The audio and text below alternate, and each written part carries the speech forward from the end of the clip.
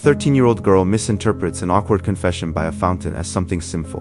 Little does she know that one lie will cost 2 lives that summer. The story unfolds in 1935 at a sweltering English country manor. Bryony is a 13-year-old aspiring writer who believes firmly in order. Her typewriter is her scepter. She is used to playing God in her own stories, passing judgment on the fates of all her characters. Her elder sister Cecilia, fresh out of Cambridge, wears white dresses that symbolize purity, yet suffocates under the monotony of aristocratic life, like a withering plant. Robbie is the housekeeper's son. Though the manor's lord funded his Cambridge education, an invisible class divide still keeps him apart. He attended university alongside Cecilia, yet in Bryony's eyes, he is merely a servant. Everything spirals out of control by the fountain. To retrieve a shattered antique vase, Cecilia strips off her outer clothes and plunges into the water. This soaked, reckless act is the first surge of her long-repressed desire, a silent act of rebellion.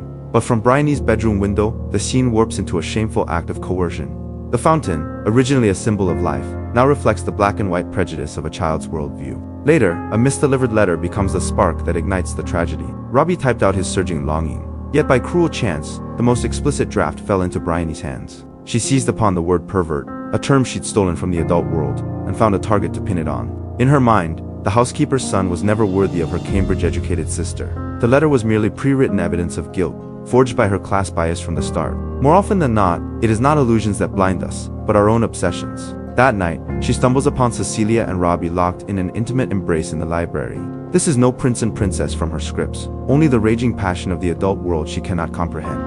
Unable to understand it, she chooses to destroy it. She labels their profound, physical love a violent assault. The library, a temple of knowledge, becomes the birthplace of a lie in that instant. Bryony does not even catch a clear glimpse of the real attacker, yet she hastily nails Robbie's name to the cross. She casts herself as the heroine of the tragedy, bearing the truth to save everyone. She speaks with unshakable certainty before the police. Yes, I did. I saw him. A child's testimony shatters a young man's future with ease. As Robbie is taken away, Cecilia's desperate sobs become the final elegy of that summer. Years pass, and war breaks out. Robbie trades prison for military service to escape confinement. He struggles through the hell of Dunkirk, his only comfort the letters from Cecilia. The famous 5-minute-long take is no empty display of filmmaking skill, but an unflinching cross-section of war's reality.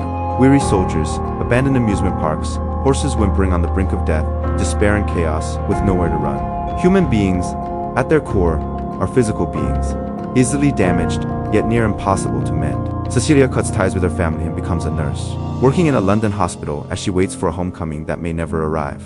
The sea separates the lovers, and also washes over Bryony's unshakable guilt. She turns down her place at Cambridge and dons a nurse's uniform too, wandering through suffering and death as she tries to grasp the cruelty of her younger self. She writes her story, crafting a belated confession within the realm of fiction as she craves redemption. In her writing, she visits Cecilia's apartment to confess everything to Robbie and her sister, promising to recant her false testimony. This is the absolution she longs for, an ending that might quiet her conscience.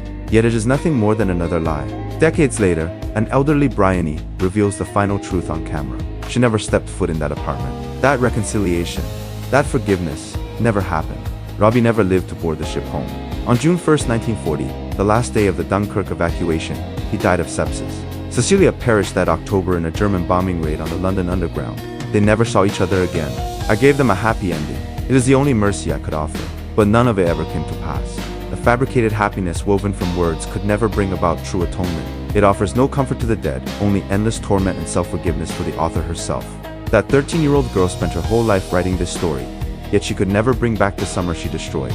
The only thing she could do was let the lovers walk to the small white house by the sea within the pages, living together for all eternity. It is literature's final, yet most powerless act of compassion.